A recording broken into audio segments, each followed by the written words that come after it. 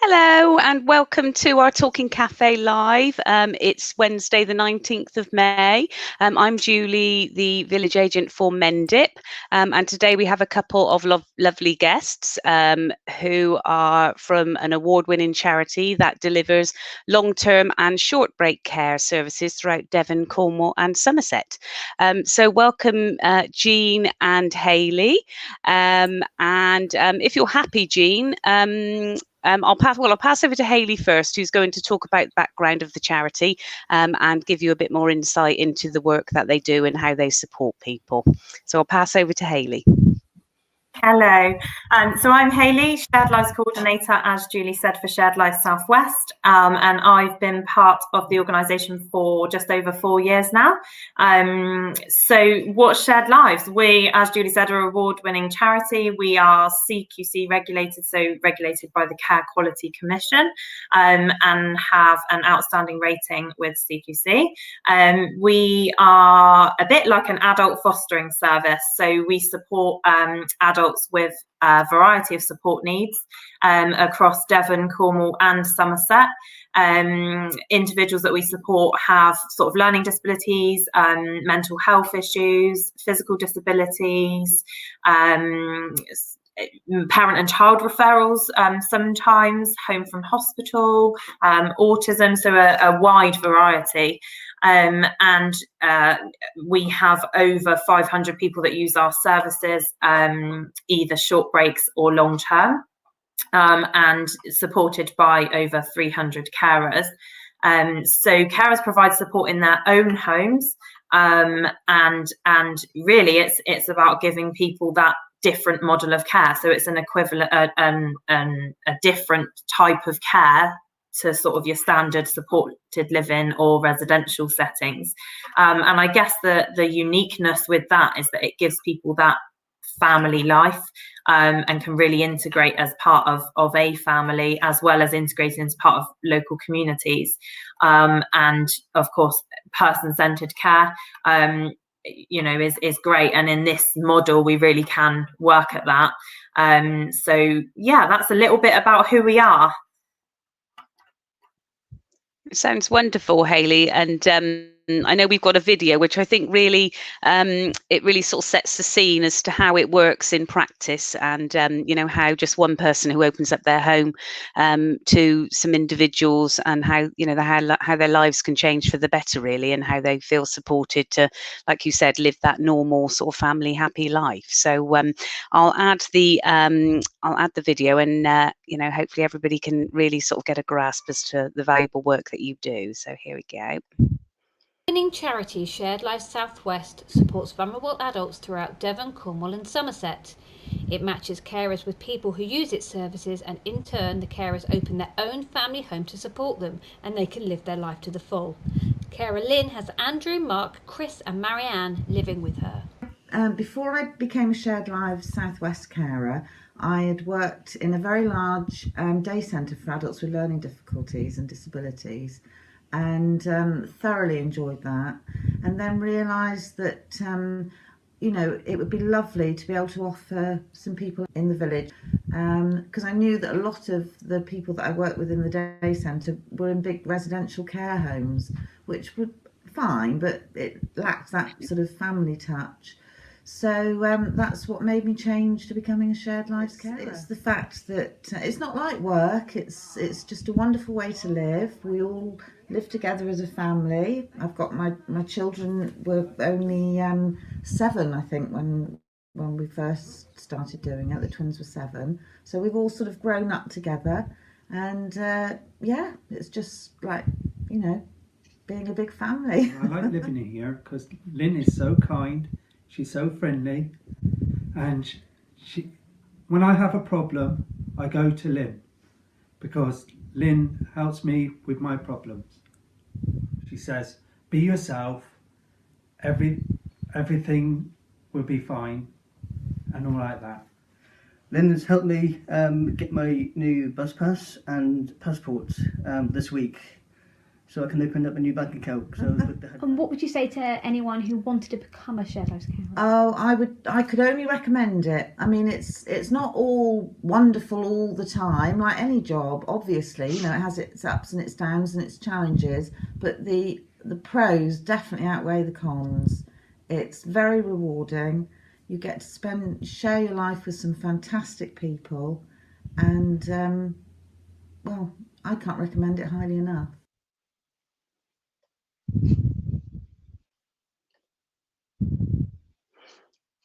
It's just really great video. I watched it yesterday, and it just gives you that sort of warm feeling, doesn't it? Really, of how lovely and I think Lynn really sort of portrayed how wonderful it was. So yeah, really good. I'll pass over to Jean. Is there anything else you want to add, Jean, on the sort of work that people do and what can be expected, I suppose, if they open themselves up to being a carer and in their own home? Yeah. Thanks. The video was great, wasn't it? I always feel a big smile rise up my face as I see the family operating as a unit, because there's folk making each other cups of tea, and that's fairly typical of the family experiences that we have. We have individuals coming from sometimes family homes that haven't allowed them to grow and to be independent. But once they reach a shared lives home, they are experiencing and open to learning lots of new things. How to make spaghetti bolognese. Somebody was learning yesterday. I was talking to an individual and the breakdown of the different small steps that an individual could take to move towards becoming more independent from family. And just like any other adult, being able to invite mum and dad over to their place of living rather than only ever having the family home to go to and reference to. They have a home. They are naturally integrated into whatever happens within the shared lives family. It's a great opportunity. We have had people come and in their 60s not experience the joy of holding a newborn baby, but within shared lives, they are part of the family. So we've had a gentleman who, his eyes just grew and his heart. You could just see as he embraced the new family baby that this was an experience that was new to him, and that he was very much part of the family, and he was able to experience it. So that shared lives offers experiences not just for the young, but also for older folk too. The video showed 3 different gentlemen, and what we would aim to do is to meet the needs of the people living in a shared home, and ensuring that they all want to live together.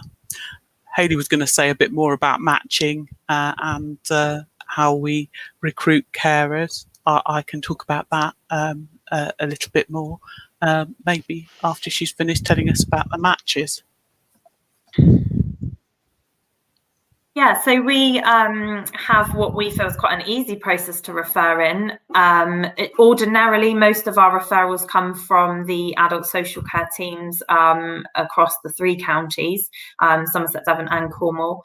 And we have all of our referral forms on our website. I know that the website keeps popping up every now and then. And within that, there's a forms tab, and it's relatively straightforward. We just ask that an up-to-date assessment comes across with that.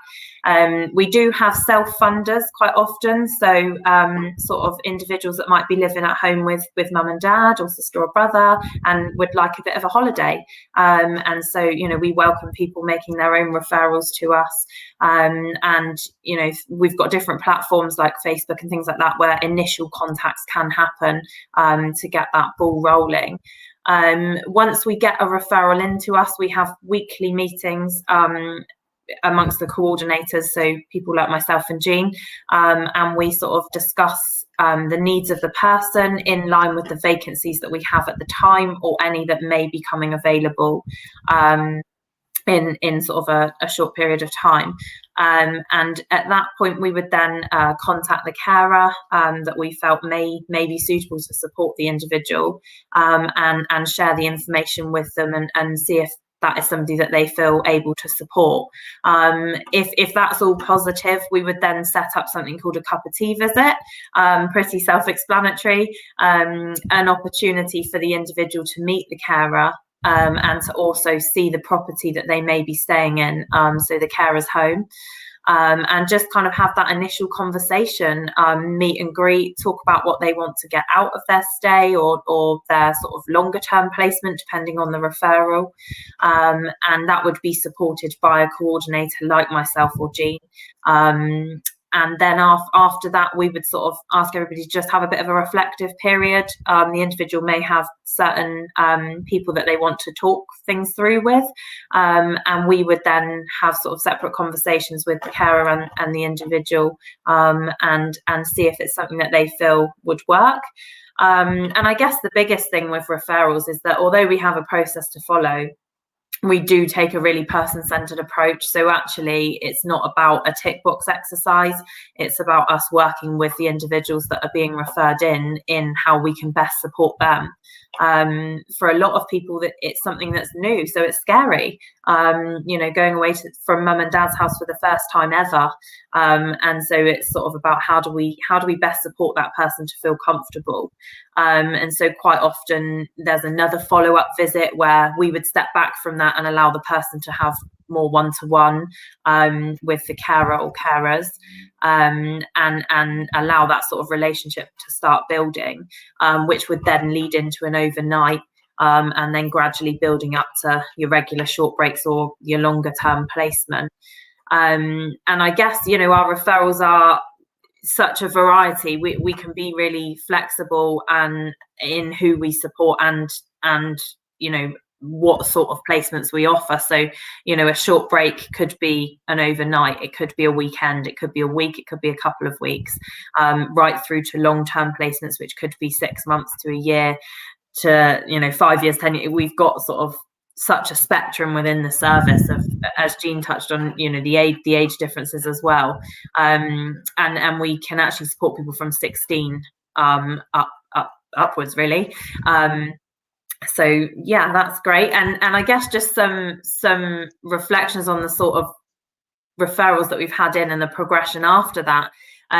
We've had several individuals who have moved on into sort of more independent living.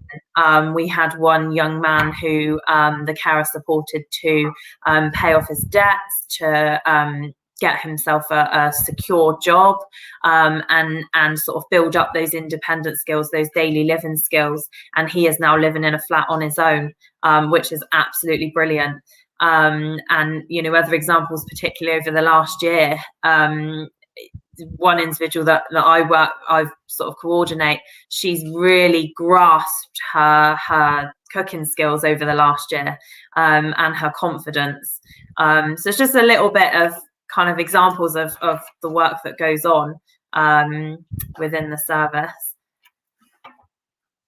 It sounds really good, Hayley. You sort of think that it must be saving other services and organisations out there. It must be saving on their time, because if you've got the carer in the in the host home that's able to do those sort of services for them, a bit like getting the bus pass. It's the sort of referrals that we get through. Please, can you assist a client with this, or things to do with their finances, where they don't know where to turn. You don't realise just that respite week could really turn a person's life around, really. And it really sounds it just sounds like a wonderful service.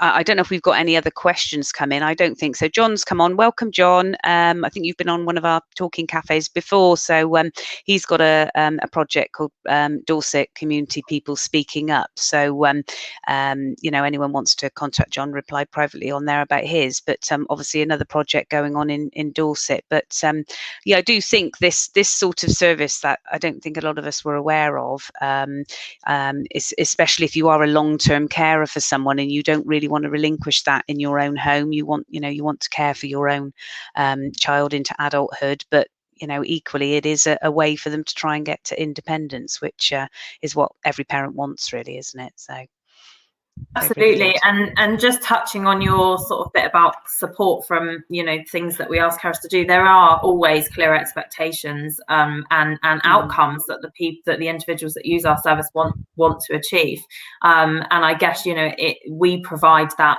level of support as well, because we are Care Quality Commission regulated, and so each carer and individual has that support from us as well. But you're right, Julie, we expect carers to sort of support with those things, particularly in those longer term placements.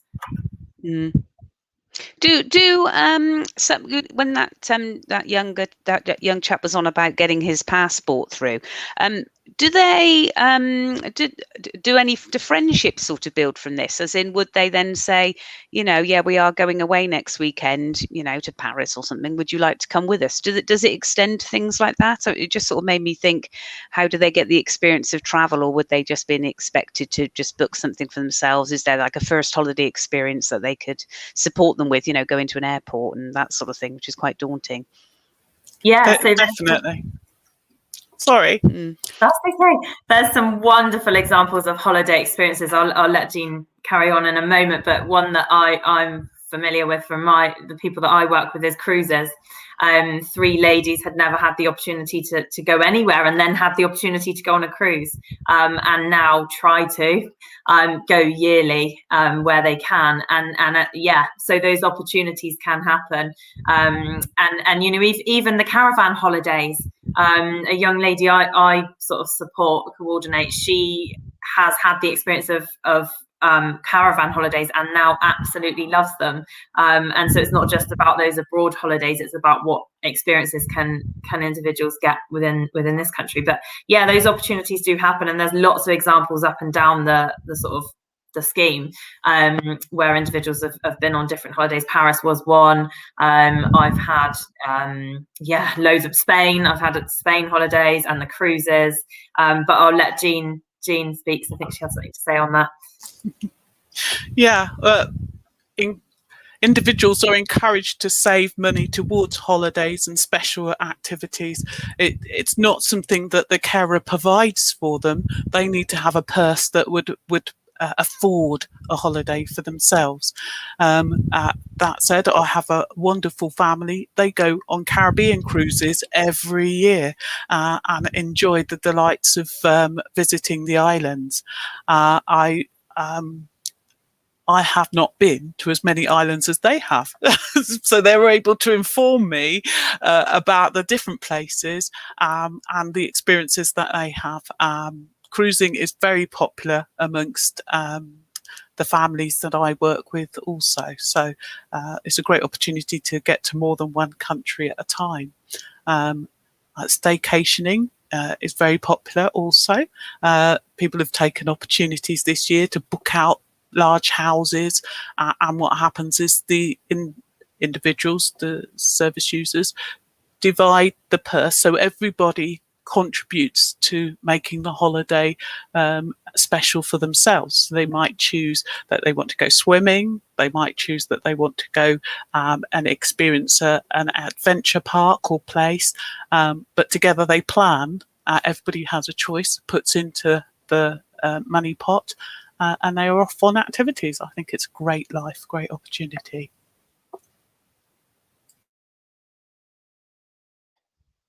Yeah, it sounds, the opportunities just seem endless. The more you talk about it, the more you sort of think, gosh, that could help, a lot of our clients. I know there would be the affordability of being able to do it, but, if we've got clients, who live with grandparents, for instance, but they're only 16, they're sort of the prime carers, the sort of experiences they could give them when they're, of an older generation is just not going to be the same as if they were living in a, the usual family environment with, other young people that are the children of the household, those sorts of things. Yeah, come on out, we're going to the cinema, or yeah, we're just going to the park, or those sorts of things, and those experiences are just not happening with some people, I suppose. And even if it's just for a holiday, a week or two, just to sort of make those connections, it just means it's a bit endless then on them being able to build their own friendships and relationships, and introducing them to outside clubs and activities, and that sort of thing.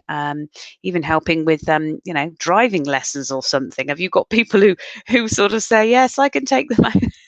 They can do some driving lessons, all those sorts of things that you imagine parents would do for their children, but in some sort of households it's just not possible, especially if the parent is somewhere where actually the child is the carer, and they just don't get those experiences. So all very good stuff. So I don't know if there's any more detail we want to mention on the referral system. We've got the actual website up there on the comments section there. So if anyone wants to get in contact, did you say the referral form is on there, Jean? On the referral website? form's on the website, definitely. You can find it there. Yeah. Okay. I'm happy to talk about the kind of carers that we're looking for too, because it's not just an opportunity for individuals. The carers are paid. It's they're self-employed and have an opportunity to accommodate up to 3 individuals living within their home, which we reward them by paying them for. There's no shame in it. Do the work and you get paid.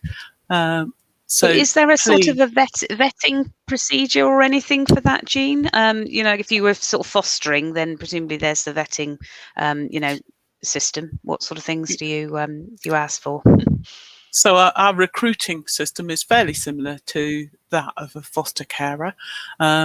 We do have a panel. We spend time talking to you about your care experience. We take references. We ask you to partake in some training and discuss the training that you've done, so that we have an understanding that you are aligning to the philosophy, the thinking of our organisation, the principles that we base our practice on.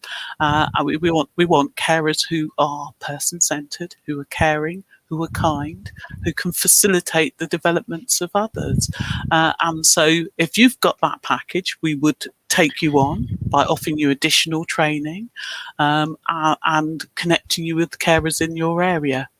So there is a huge network of carers within Somerset, Cornwall and Devon. Yeah. Wonderful. That sounds really good. Oh yes, so we've got the actual shortcut there to the referral in the comments box if anybody wants to have a look on there.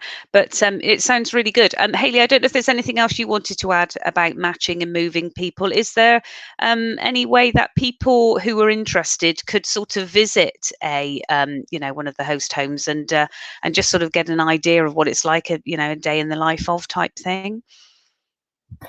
Yeah, I think we're really open to providing opportunities to people, and we have a lot of carers who are happy to sort of engage in this sort of platform or provide that face-to-face where we can, and also individuals. We have individuals who like to speak about their experiences themselves within the service, and actually I don't recall any times where individuals have visited sort of that aren't within the service currently. Jean, I'm not sure whether you've had those experiences before.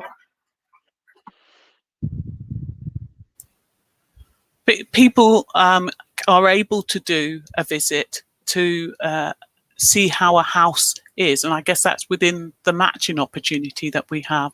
So somebody is able to say, I'd like a seaside location, for instance, and go along to see the family setup, and it's very much about the needs of the person applying as well as the caregiver.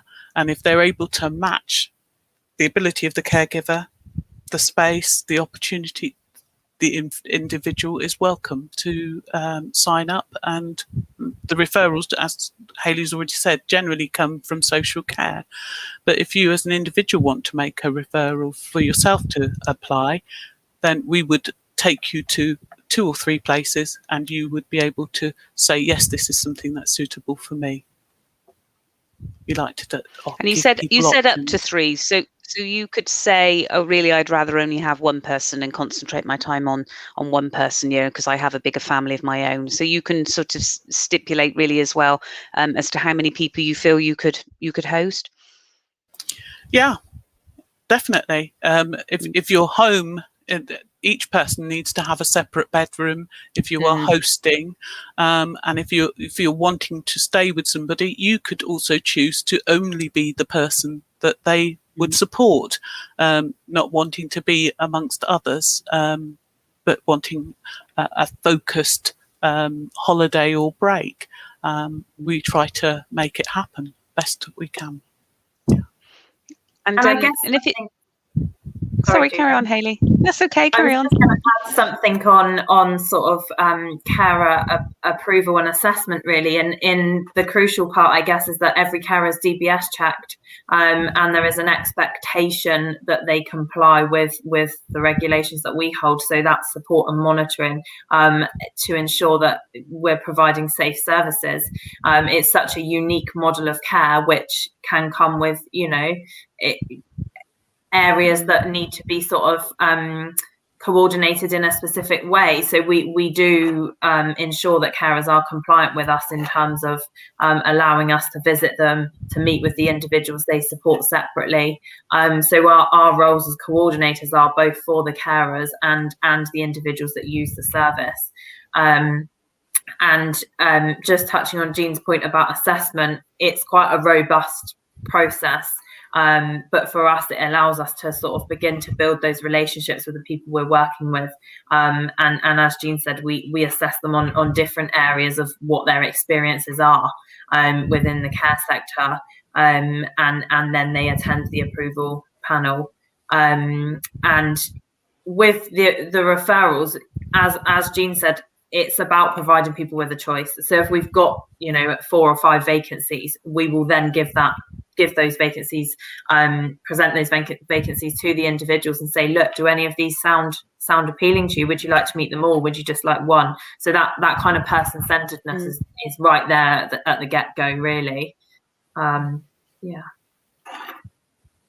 And for short-term care, say, I don't know, someone would use you because they do want to go on their own holiday and and that sort of thing. Would you try and make sure if they came back, 6 months, 8 months later, that they went back to the same family to try and keep that consistency, if it's possible? It would really be up to the individual.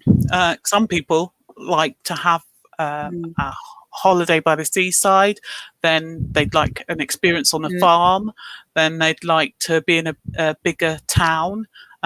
So we really try to listen to what the individual would like and try to place them where they'd like to be. Some people want to build up that relationship with the person who hosted them the first time and would try to even book a series of visits.